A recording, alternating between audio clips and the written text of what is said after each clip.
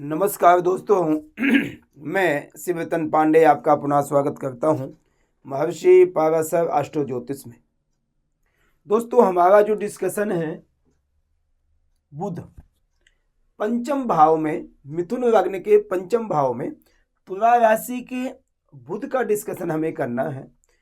क्या हमें अच्छा या बुरा क्या फल देगा।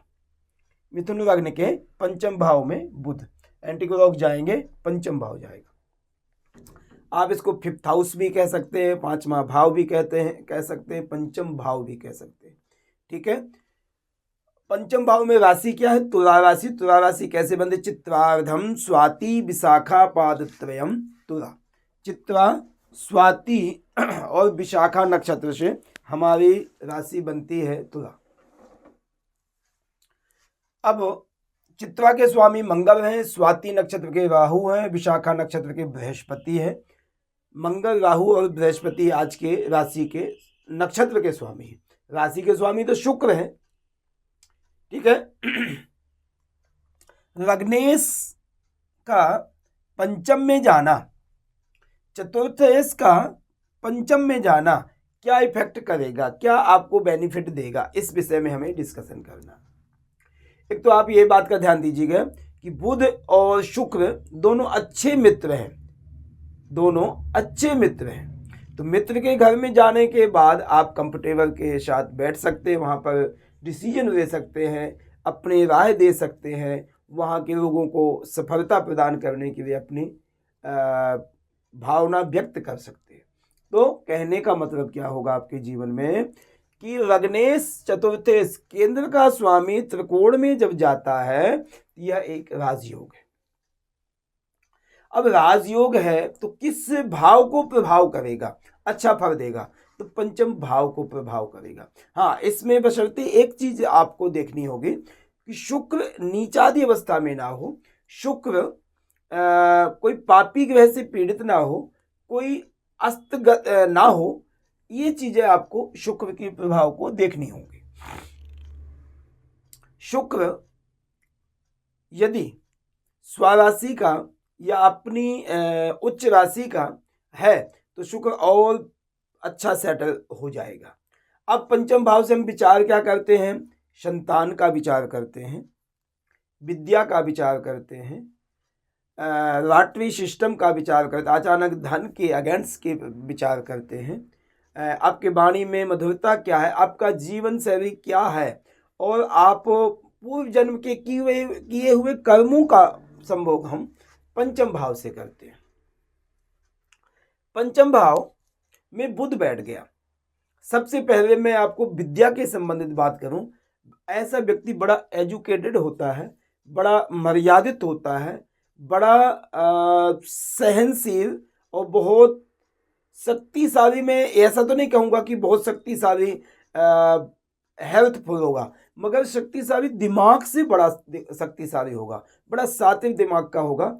दिमाग से ही व्यक्ति को हरा सकता है ये सब चीज़ें, क्योंकि बुध है, बुध बुद्धि का स्वामी है और लग्न का स्वामी है, चतुर्थ का स्वामी है। तो ये सब चीज़ों के लिए बेनिफिट देगा। बुध हमें चतुरता प्रदान करता है, गलत चातुर्यता नहीं, एक सामाजिक कि हमें 10 व्यक्तियों के साथ में बैठना है तो मेरी रिस्पेक्ट कैसे होगी, तो वो चातुर्यता हमें बुध पंचम भाव में प्रदान करता है। देखिए, जीवन में यदि आपने सफलता प्रदान करनी है तो ये योग आपको श्रेष्ठ है, मगर उसमें इंसानियत होनी चाहिए। व्यक्ति के जीवन में इंसानियत, ऐसा नहीं है कि गरीबों को परेशान करना, अपने से छोटे व्यक्तियों को परेशान करना, दूसरों का धन हड़प लिया कर दिया। मेरे पंचम में तो बुध बैठा, पंचम में बुध बैठा, रिस्पेक्ट देगा, फायदा करेगा, मगर थोड़े टाइम करेगा, फिर बाद में वो सब एक बराबर कर देगा। इसलिए आपको इस चीज का ध्यान देना होगा। पंचम में बुध यदि बैठा है तो ऐसे व्यक्ति को अकाउंट से संबंधित, मैथ से संबंधित सब्जेक्ट रखना चाहिए और बहुत सॉलिड होगा व्यक्ति ऐसा। ठीक है। सीए आदि का जैसे वकालत है, जज है, ऐसी चीज़ों में ज़्यादा इंटरेस्ट व्यक्ति को रखना चाहिए। बिजनेस में भी रख सकता है ऐसा व्यक्ति, बिजनेस में भी रख सकता है, क्योंकि बुध बिजनेस के लिए बहुत प्रेरित करता है हमें। अब विद्या की बात हो गई तो अब हमारी होगी संतान पक्ष। यदि बुध आपका पंचम भाव में लग्नेश होकर के बैठा है तो ये स्वाभाविक है कि आपकी पहली जो चाइल्ड होगी बेटी होगी, क्योंकि बुध नपुंसक कारक है मगर स्त्री कारक के लक्षण होते हैं, इसलिए स्त्री कारक भी माना जाता है। शुक्र वहाँ का स्वामी है, इसलिए आपके संतान में पहले बेटी होने के चांस होंगे। हाँ, यदि मेल ग्रहों का अच्छा प्रभाव है तो बेटा भी होगा। ऐसे व्यक्ति को कभी कभी लॉटरी सिस्टम है, लाइफ इंश्योरेंस है, इन चीज़ों में इन्वेस्टमेंट करना चाहिए, क्योंकि लग्नेश होकर के पंचम में जाना ये अचानक धन की प्राप्ति कराने के अच्छे योग बनाते। जैसे बुध की दशा, अंतर्दशा, प्रत्यंतर दशा, शुक्र की दशा, अंतर्दशा, प्रत्यंतर दशा, यदि ऐसी पोजीशन बनती है जब भी आएगी तो अचानक आपको अगेंस्ट मिलेगा, अचानक आपको धन मिलेगा। पंचम में बुध यदि बैठा है तो पूर्व जन्म में किए हुए पुण्य आपके अर्जित हैं, उनको जितना इकट्ठा करना है कर लो, उनका उपयोग भी करो आप, क्योंकि पंचम भाव से हम पूर्व जन्मोचित धन का संचय, धर्म का संचय किया हुआ वो आपको दिखाई देता है। तो लग्न का चतुर्थ का स्वामी पंचम में जाना और शुक्र की अच्छी पोजीशन में होना ये आपको बेनिफिट देगा। बुध की सप्तम दृष्टि मेष राशि को जाएगी, वो मंगल की राशि है। आय के स्रोत बनेंगे अपनी विवेकता, अपने परिश्रम, अपने पराक्रम, अपनी वाणी के द्वारा ऐसा व्यक्ति धन कमाएगा और सम्माननीय होगा। इज्जत मान सम्मान के साथ ऐसा व्यक्ति धन कमाता है। ऐसा नहीं है कि दूसरा व्यक्ति अपरोक्ष में व्यक्ति की वैल्यू का पता चलता है पीछे, तो पीछे ऐसे व्यक्ति का यश मान सम्मान प्राप्त करने के योग बनते हैं।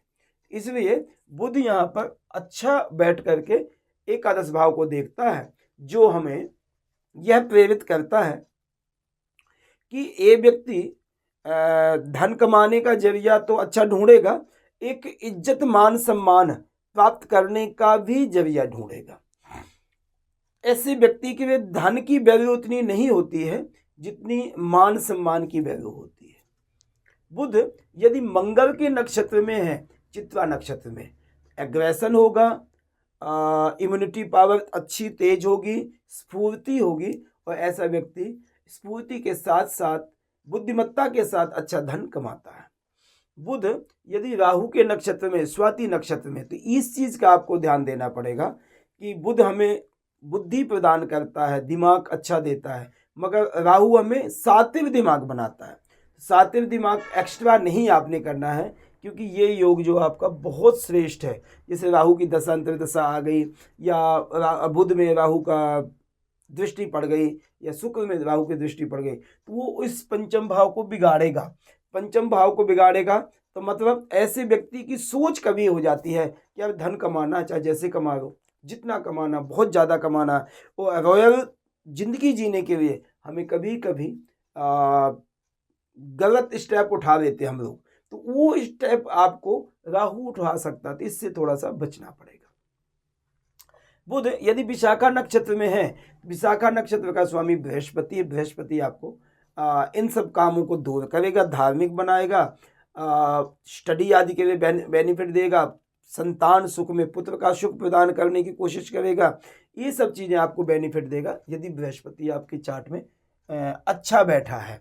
अच्छा बैठने का मतलब भाग्य में, कर्म में, आय में, लग्न में, पंचम में यदि कहीं भी बैठा है तो ये सब सुख आपको प्रदान करने की कोशिश करेगा बृहस्पति। पंचम में यदि बुध बैठा है तो आपको विशेषकर भगवान गणेश की उपासना ज़्यादा करें, और गणेश जी की उपासना के साथ साथ माता लक्ष्मी की उपासना करें, आपका जीवन सुख में रहेगा। इसमें ज़्यादातर बुध की हम बात तो कर रही, लग्नेश और चतुर्थेश हो गया। शुक्र यदि छठे आठवें बैठा है तो ऐसे व्यक्ति को संगति, कुसंगति भी हो जाती है। एग्जाम्पल, कुसंगति मीन्स गलत रास्ते पर चलना। व्यसन में तो नहीं मैं कहूँगा, व्यसन में नहीं कहूँगा, मगर गलत दिमाग ऐसे व्यक्ति का चला जाता है। तो इन सब चीज़ों से हमें बचना चाहिए यदि ऐसी पोजीशन बनती है तो। स्पेशली फिर यदि शुक्र की यहाँ पोजीशन आ गई, बुध राहु की नक्षत्र में आ गया, तो ये इफेक्ट ज़्यादा करेगा, तो इससे हमें बचना चाहिए। ठीक है, ये हमारी डिस्कशन जो थी मिथुन लग्न के पंचम भाव में बुध जो बैठे हैं, तुला राशि के बैठे हैं, उनका प्रभाव था। प्लीज इसको देखिए, समझिए, सुनिए, फिर मुझे चैट करके बताइए कि क्या डिस्कशन सही था, मुझे भी हौसला होगा। धन्यवाद, नमस्कार।